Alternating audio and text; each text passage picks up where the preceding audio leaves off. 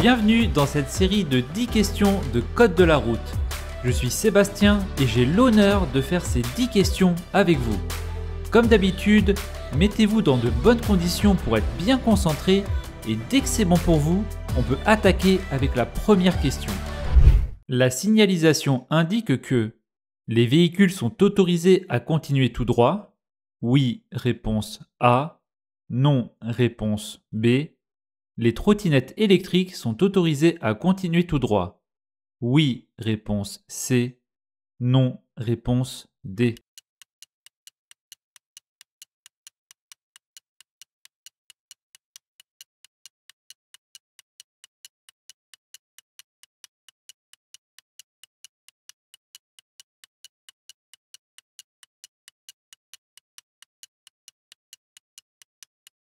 La signalisation indique que la rue en face est en sens interdit pour tous les usagers, excepté pour les cyclistes.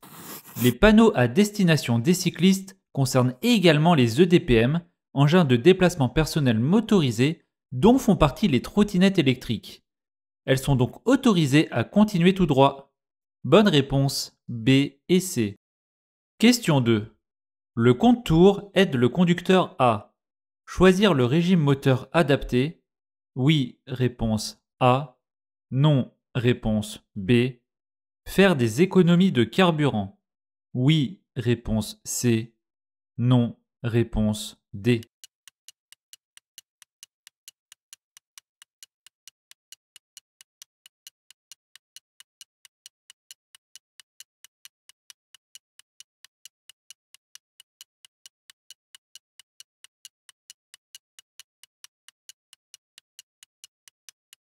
Le compte-tours est principalement utile lors de la conduite d'une voiture à boîte manuelle.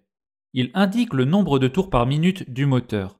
Cette information permet au conducteur de choisir le régime moteur adapté et ainsi de faire des économies de carburant. Bonne réponse A et C. Question 3.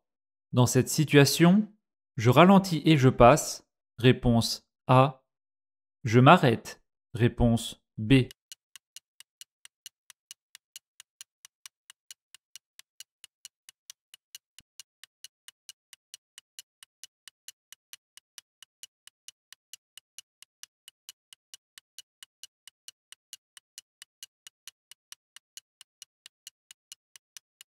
Dans cette situation, vous pouvez constater la présence d'un piéton en train de traverser.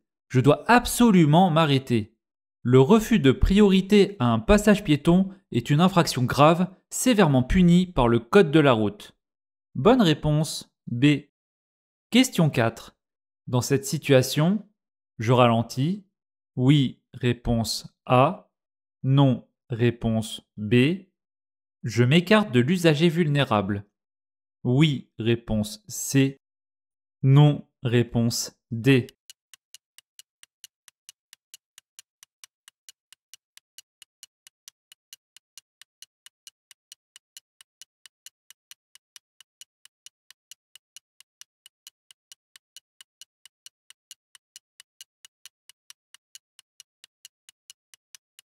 Je suis hors agglomération et un usager vulnérable est présent sur l'accotement. Dans cette situation, je dois ralentir et m'écarter d'au moins 1,50 m pour pouvoir dépasser. Bonne réponse A et C. Question 5. Sur un véhicule de tourisme, les feux obligatoires sont 2 feux de croisement, réponse A, 2 feux de brouillard avant, réponse B, 2 feux de route, réponse C, un feu de brouillard arrière, réponse D.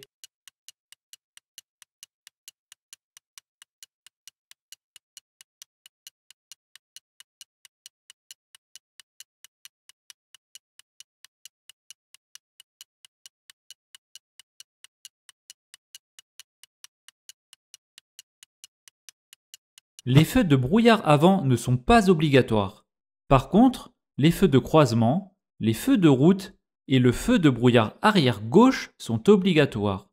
Bonne réponse A, C et D. Question 6.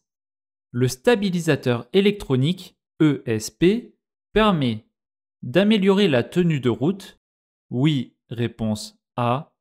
Non, réponse B. De réduire la distance d'arrêt.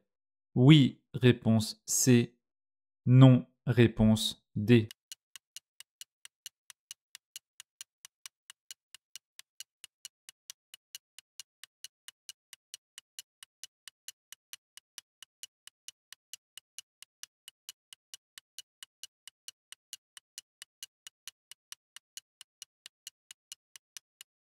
L'ESP permet d'améliorer la tenue de route en apportant plus de stabilité au véhicule. Cette aide à la conduite ne permet pas de réduire la distance d'arrêt. Bonne réponse A et D. Question 7. Je circule à 130 km/h. Ma distance de sécurité est suffisante. Oui, réponse A. Non, réponse B. À cette vitesse, ma distance d'arrêt est de 90 mètres, réponse C. 170 mètres, réponse D.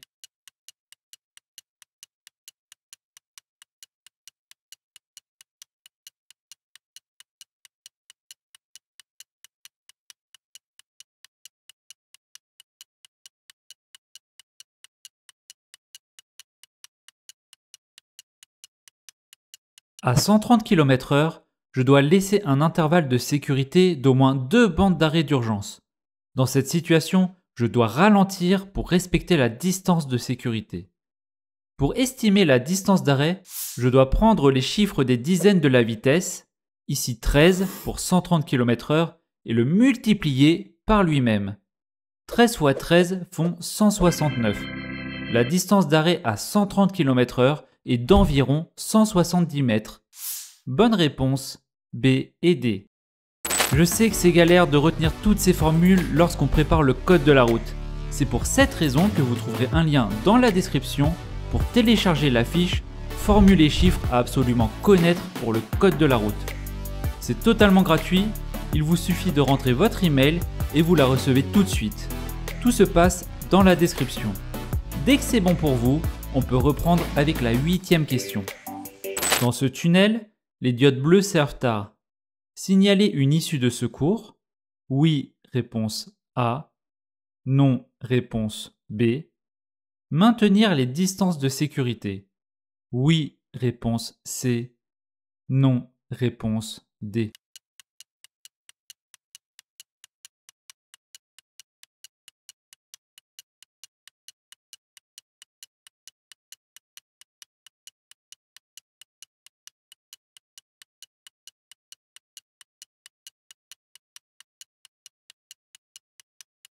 Certains tunnels sont équipés de diodes bleues ou de chevrons pour indiquer aux usagers la distance de sécurité minimale à respecter.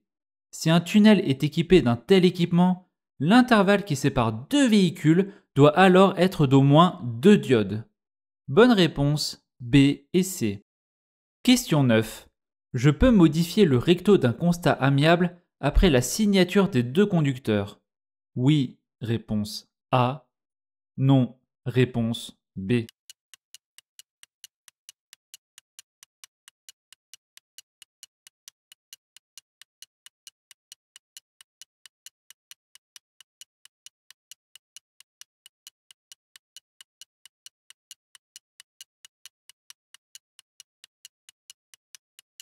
Il est interdit de modifier le recto du constat amiable après signature des deux parties.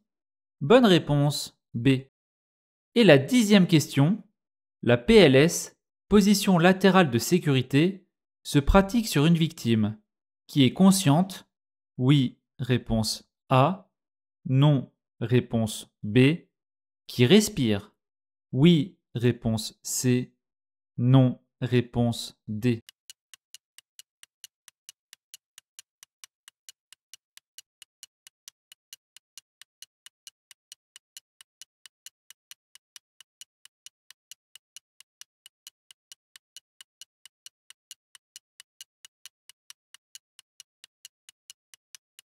La PLS se pratique sur une victime inconsciente et qui respire.